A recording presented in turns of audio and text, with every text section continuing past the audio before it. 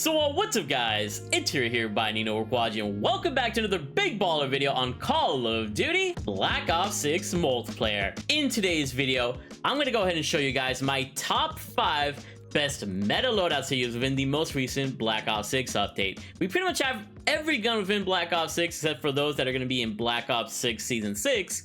And so I thought I showed you guys what I'm currently feeling and what is the most effective within BO6 MP. If you guys are excited to drop some nukes for the rest of BO6 Season 5 and of course Season 6 when that finally drops after the Black Ops 7 beta, then make sure you guys drop a like in the video, subscribe, and turn on those noties. I work really hard with these multiplayer videos, and I'll be going crazy with the Black Ops 7 beta when it drops in just a week and a half. More or less 2 weeks. So I hope you stick around for the vibes. But with that being said, let's go ahead and start things off with the first gun that I've got here. And I'm gonna be showing both SMGs and ARs in today's video, a 5 attachment build and 8 attachment build. We're starting off with the C9 SMG. The good old classic MP5 is still super effective in Black Ops 6 multiplayer, and it just works. It's very versatile. Let's go ahead and show you guys the class. Starting things off with the muzzle, we got the suppressor, allows us to stay off the minimap every time we shoot, and allows us to streak up. I think the gun is accurate enough, so you don't really need a compensator. Barrel-wise, I really recommend the long barrel. You want to maximize damage ranges on most SMGs because they're kind of limited in that sense,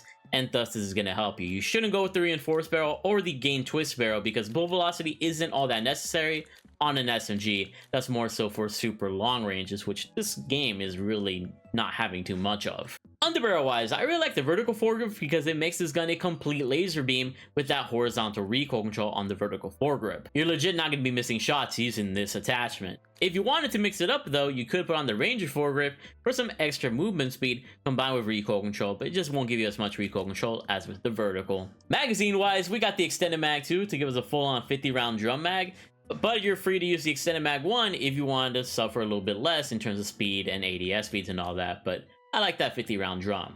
And finally, for the rear grip, I tend to choose ergonomic grip on most of my class setups because of the omni-movement boost that I get from this, as well as extra ADS speed, and I use a lot of movement in this game. If you're somebody that doesn't use too much movement, you can switch over to the quick draw grip for just better ADS speed and just be more snappy.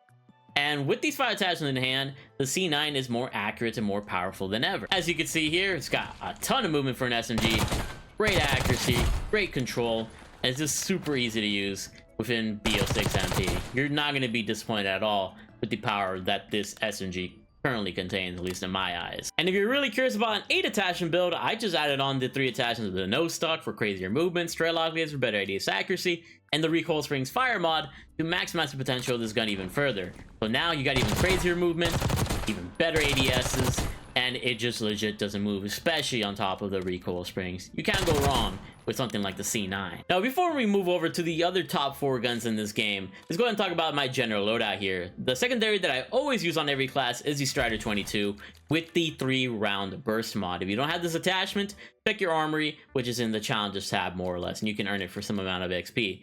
You got the Kepler Microflex, Monolith Suppressor, Ergonomic Grip, and Straight-Lock Laser. It just makes this a 3-round burst machine, and I highly recommend it. For our tactical, we got the Stim Shot to stay alive, Lethal Semtex, Field Upgrade of Assault Pack, or Scrambler, whatever you're more comfortable with. And we got the Scavenger, Hunter's Instinct, and sometimes I choose between Slipstream or Double Time for that extra movement. And that gives us a specialty of Enforcer to help us heal up and obviously get into more engagements. And when it comes to the wildcard, if I'm running an 8 attachment build, of course I'm running Gunfighter. But if running a 5 attachment build, I run Perk Greed, which allows me to have a 4th perk, and that's usually going to be Flak Jacket. And you guys can see, I always run the same perks and stuff on every class. It is just the most effective way to play in this game, at least for me. You're free to change things up, of course. But now that we talked about our general loadout, let's get to the second gun here today. We got the Krig C AR. It's just a laser beam, very reliable gun, and can be even more better with my attachments. Let's check it out. Optic wise, you got that Kepler Microflex. I'm not a big fan of the iron sights on this gun, so I put on this red dot to help me. But of course, you're free to use anything else like the Volshki for even better visuals. Muzzle wise, I once again love the suppressor, but this gun does have a bit of kick to it. So if you wanted a little bit extra accuracy, I would recommend the ported compensator. Underbarrel wise, we're going with the Ranger foregrip for not only that recoil control, but also movement speed. So I can kind of make this an SMG AR hybrid, but if you just wanted full-on recoil control, you can go with that vertical foregrip. Magazine, we got the extended mag 1 to give us a 45-round mag for multiple opponents. doesn't really hurt me in any way, whereas the extended mag 2 kind of makes you a little too sluggish, so that's why I don't use it on this gun. And our rear grip is once again the ergonomic grip, which is going to be a default attachment on most. And with these 5 attachments, the Krig C is in good hands. You can legit just beam fulls of it. And of course, if you wanted more accuracy, like I said, you could just put on a compensator. But as you can see here, and as you can see here, the gun is just very accurate, very easy to use. Not too bad at all, and it just works in my opinion. But if you truly wanted to maximize the potential of this gun, you can add 3 more attachments, and we added on the long barrel for maximum damage range, the no stock for even crazier movement, and the recoil springs fire mod to give us the best accuracy possible. And thus with these 5 attachments on the Krig C, it's even easier to use. You can make it even more accurate using a compensator, but you're able to beam opponents pretty far with this gun with 8 attachments. It's actually a freaking cheat code, bro. It's beautiful. Next up, we got an SMG that a lot of people seem to like, and I really like it for the iron sights. Now, that's gonna be the Jako PDW, but specifically with the VMP Elite blueprint, which you get like Prestige 7 or Prestige 8 in this game. And it just works really well. It might be in some ways worse than the C9, but I really like its movement and the feel of the gun, at least in my eyes. Let's show you guys the build. Muzzle-wise, I like the suppressor on this gun to stay off the minimap, but some people do have trouble controlling this gun, so that's where you put on the compensator, the ported compensator, to help you win that term. Barrel, we got to put on that long barrel to an SMG. It needs as much range as possible. Underbarrel-wise, I really need as much recoil control as possible here, so I put on the vertical foregrip, but if you want extra speed, you can put on the Ranger foregrip instead. Magazine wise, I like the extended mag 2. I don't think it really makes me too sluggish, but if you feel like it does, put on the extended mag 1 and you'll still have a lot of ammo with 40 rounds. And the rear grip is going to be the ergonomic grip, of course. And yeah, when it comes to the VMP or the Jackal PDW here, it really does feel elite with this build, man.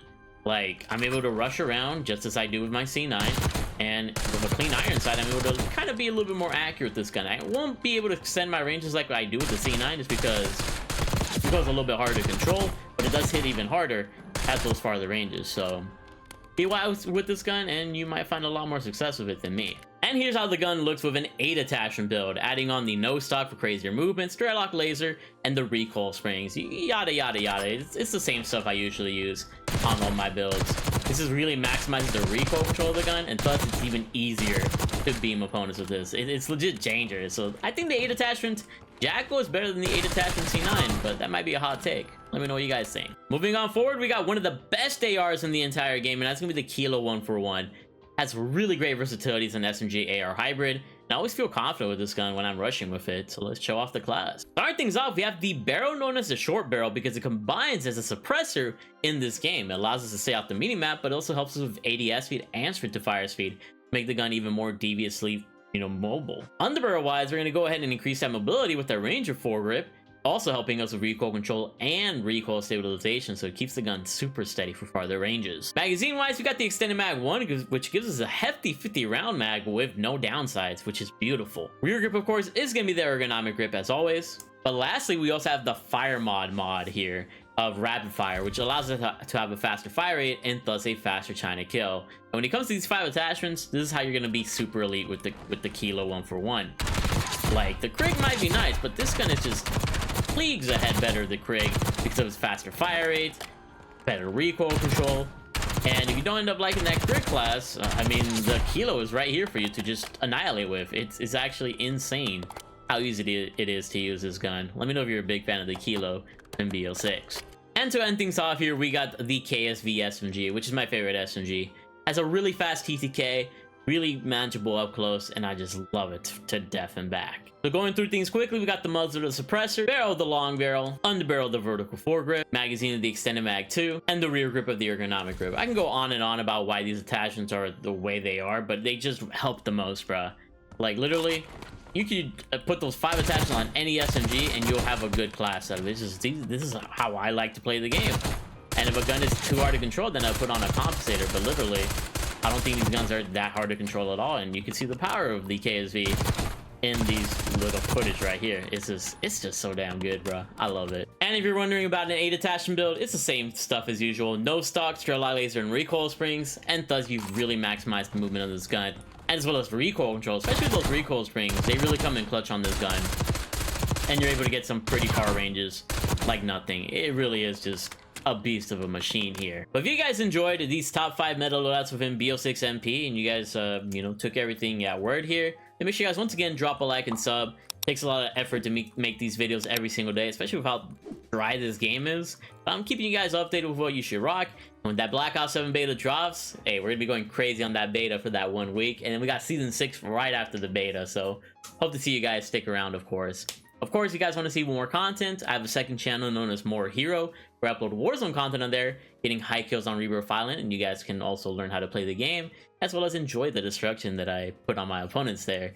You guys can also follow me over on Twitch at twitch.tv/TheMarkOfAHero if you guys want to see me get my gameplays live, interact with me, and see the games that I nuke and the games that I don't nuke, because every lobby can be very variable, I guess you could say.